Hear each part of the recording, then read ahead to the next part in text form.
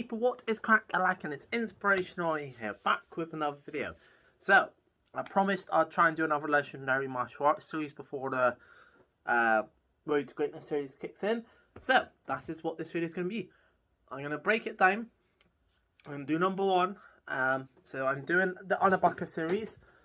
So I'm going to break down number one, and then you'll see another video clip of me breaking down number 2 and 3, because I haven't watched number 2 and 3.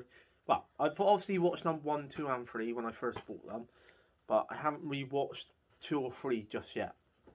So I'm going to break this one down, and then it'll be like 2 other videos added onto this video. So, first one, the fighting. What do I think of the fighting in this? Before we carry on, if you can drop a sub as well, it'd be very much appreciated. Thank you very much. So the fighting, it's very good fighting for what Tony Jaa's style is and for what he's trained in. Because he's trained in Taekwondo, Muay Thai, weapons, and he's also doing gymnastics, which you can tell. He really does show that off in the films. And one of the reasons why I love ONG-BAK, he's kind of like a Jackie Chan Jr. or young Jackie Chan, because he does his own stunt works. You can see where he's kind of got the gymnastics, all the flippy moves, and all the kind of flips and tricks and parkour stuff. So maybe he's done a bit of parkour as well. And you can see very clearly that he has done Muay Thai and weapons in Taekwondo. Because very early on in the film, you see a lot of the Muay Thai and Taekwondo. And then at the end of the film is where you see a big weapon section. But what I really like about his fighting style, he mixes it all together. So you'll see a lot of gymnastics moves mixed with Taekwondo moves and Muay Thai moves. So it'll do a lot of like gymnastic moves into elbows, or it'll do a lot of flying knees, or jumping knees, whatever you want to call them. But it'll do them off of stuff and from distance. So to me, the fighting style is very good for what Tony Jaa does. Because obviously it's specialised to his fighting style. Is it some of the best fighting I've ever seen? No. But for his style, it works. So it's very good. Very good fighting. This one's very simple. He gets sent to from his home country to another country. I can't remember. The line is a very pride possession of his temple. A Buddhist head. That's it. Gets stolen from his country, his island, and that's very valuable to him because he's like Buddhist and all that sort of stuff, and it's a very special relic and all that kind of stuff, kind of like old traditional like items that mean a lot. So that gets nipped, and he basically goes from his original country to another country to hunt it down, and then as you can imagine, he gets caught in with the bad guys. The guy who stole it works for a bigger bad guy. He gets put into fights to kind of have to keep alive, because near the end of the storyline, one of his friends who went over before him to this country was over there doing something. I don't know what he's meant to be doing, but his old friend was there, and then he reconnects with his old friend, but his old friend's got like another friend that now obviously he gets to know. And it's basically just one big journey of him trying to get this statue head back, Buddhist head back, because it means a lot to him. And just obviously you got your typical bad guy getting people to fight him, getting him to be in fights, getting him to do all sorts, kidnapping his friend. The typical bad guy kind of storyline. So it's a decent little storyline, nothing special. There's no spin-off films from any of them, so I won't think about that. Is this film good? Are the main films good? Yes, but I would say it's probably the weakest one out of the 3. But I'd say that's probably because this one's a prequel, in my opinion. Because it's kind of like him going to the city, a big city, to get the statue Buddhist head back. Whereas the other 2 is kind of more about him growing up in the martial arts tradition and exploring more of his martial arts background. But it is a good film. Like it is one of the good films in my opinion. Villain, it's a decent villain. There's nothing really special. You obviously got the underlying boss that he fights, that injects himself with some like super strong shit that makes him invincible. But obviously Tony Jaa's character does win, ONG-BAK does win. But the main guy is kind of just your usual cocky, big-headed, kind of do this, or this person will die, or I'll kill your friend, kind of.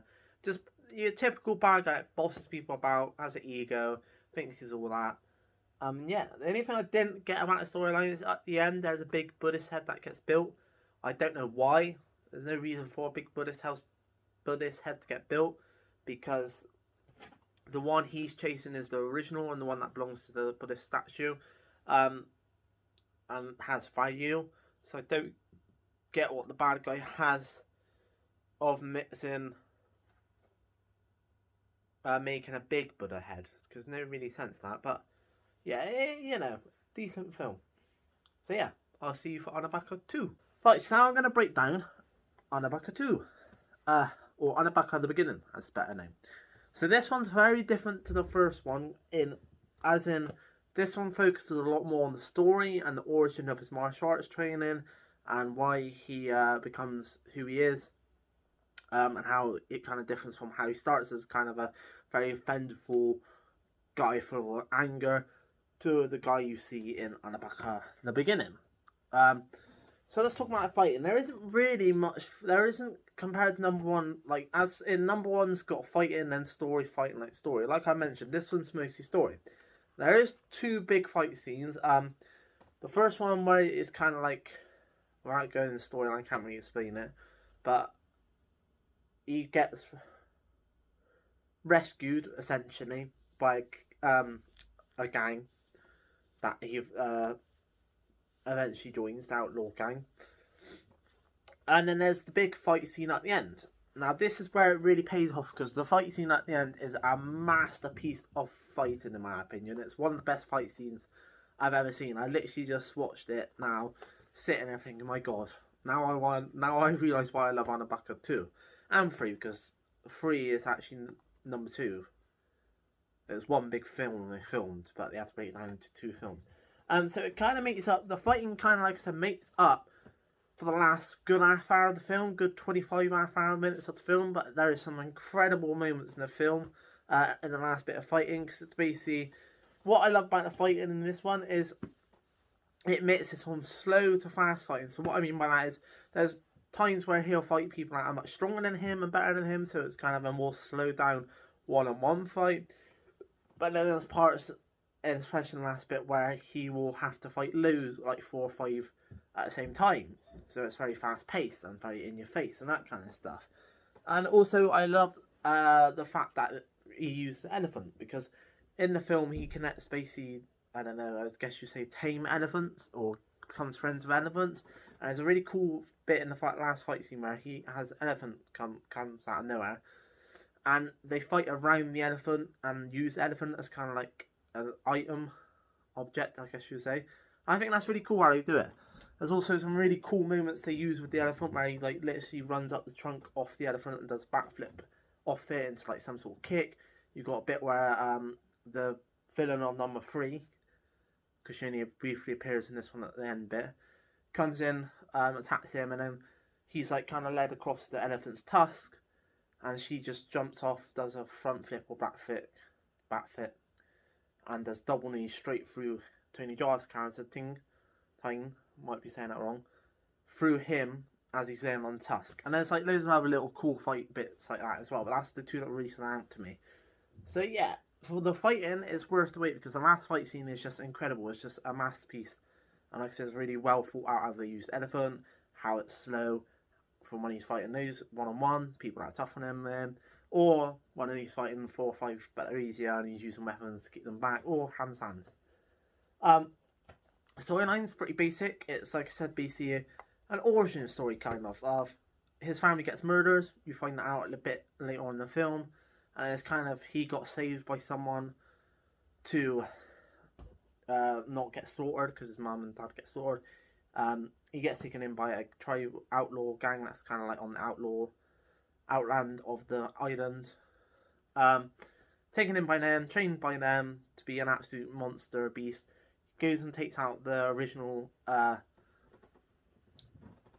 team, I guess you say, or natives that captured him, because they basically captured him as a child, because the person that saved him at the beginning from dying along with his parents then got killed, so he got captured as a child, put into a sea with a crocodile to kind of test his survival, and then that's when he gets rescued by the outlaw group, who take him in because he survives, because he gets given a dagger by one of the outlaw leader to kind of test him and see if he can survive by himself.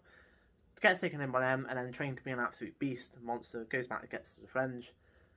And then he gets offered to be the leader of the outlaw group, but the outlaw group can kind of sell that he's not ready for that, because he's still got vengeance on his mind. So he goes and tries to take out the Lord, because he's a lord in this character, one of the villains, who originally killed his parents. Obviously it backfires, he gets set up into a trap. He thinks he's killed the Lord, but he doesn't, because he's actually got a body armor, and that doesn't get seen until like the last ending bit, where he comes back and is like, yeah, I tricked you. He also gets caught and captured. Again, captured by the Lord, and then you'll find out towards the end that it was the outlaw leader that actually killed his father. So he kind of gets put in a fight with him by the Lord of the other gang, says to him that he has to fight him. And then he kind of goes to take your revenge, kill me for what I did to your mum and dad. And then that's when he gets captured. And that's kind of the end of the film, where they leave it with him standing by the Buddha's head, because obviously that does become a main feature of number 3, and one of the reasons why he becomes who he is. As I mentioned, in any films there is no spin-off films. I can't really say about the villain, because it's just a basic kind of warlord with the main villain that does pop up at the end, which is like this crow woman, kind of shouts like a crow, but she doesn't have a big fight with him. She has like a little fight with him. So I can't really say about the villains, and I've already said this one and number 3 are the best ones of the series. So I'm gonna break down number 3 now. So let's talk ONG-BAK 3. The end of all the battle to end all battles. So we're going to start with the fighting. Again, a bit like number 2, this does have less fight. I would say it's more storyline driven. There's a good portion of this film, especially after the beginning, where there's a lot of just story. But there is more fight scenes than number 2. Again, it makes up for it now, because when there is fighting scenes, so you also got the first bit where he's captured and he tries to assist. And he has guards, the Lord from number 2 puts guards all around him and says, break his bones. And he obviously fights for that. After that, it's pretty much some fight scenes here and there.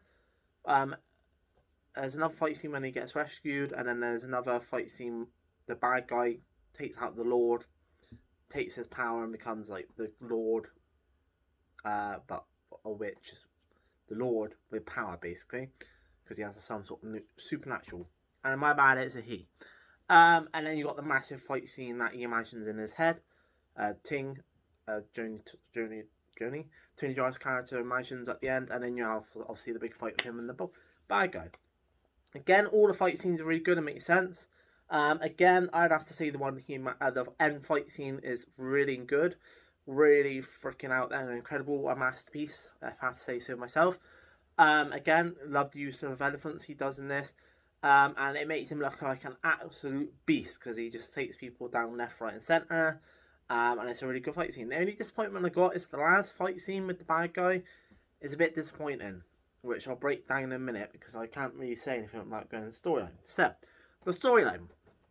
It picks up straight after number 2, and like I said, he gets captured, and he gets his head basically orders to be executed by the Lord.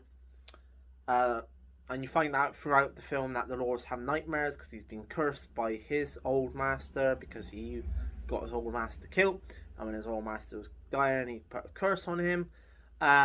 Which then the witch crow character, which turns out to be a male and the real bad guy of the film, says, well, I can help you, tricks him, takes his power, like I said, and kills him, and becomes the new Lord. But before that, obviously, like I said, you find out the Lord has a curse put on him. I mean, he's having nightmares.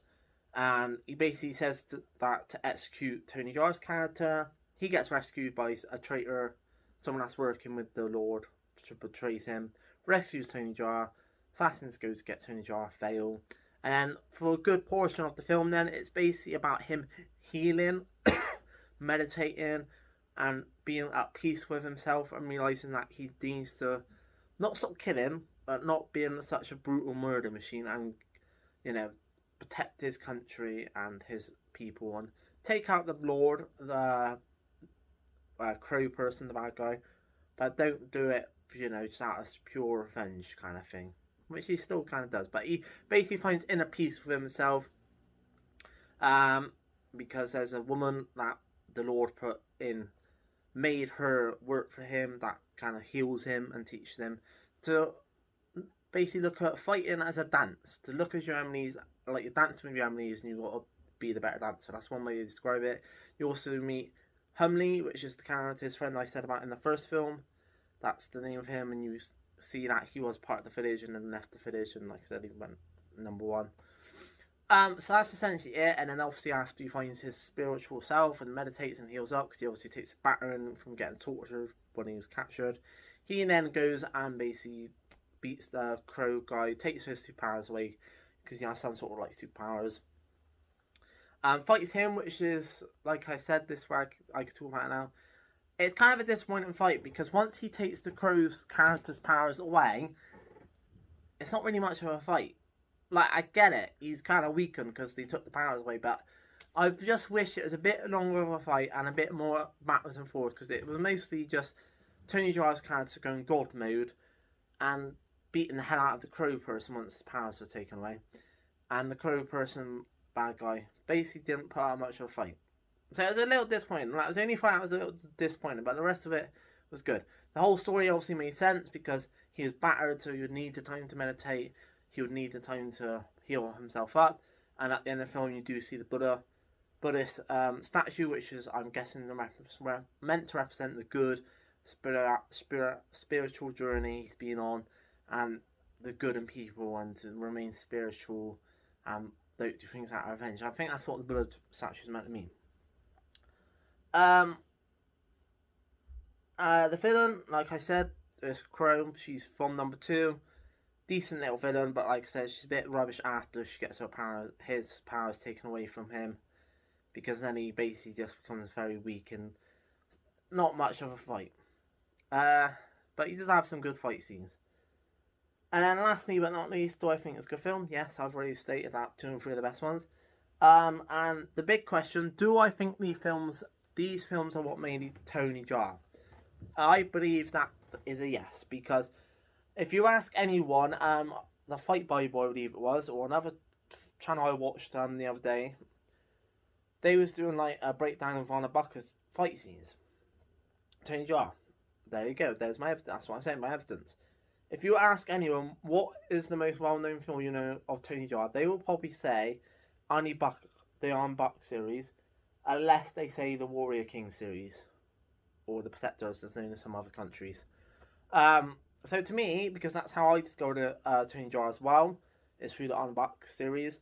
And to me, if you talk to anyone else about Tony Jaa, they always say, "Oh, have you seen the ONG-BAK series? Oh, the ONG-BAK series is awesome."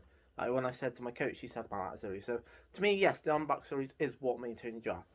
So I hope you've enjoyed this little series breakdown of the ONG-BAK series.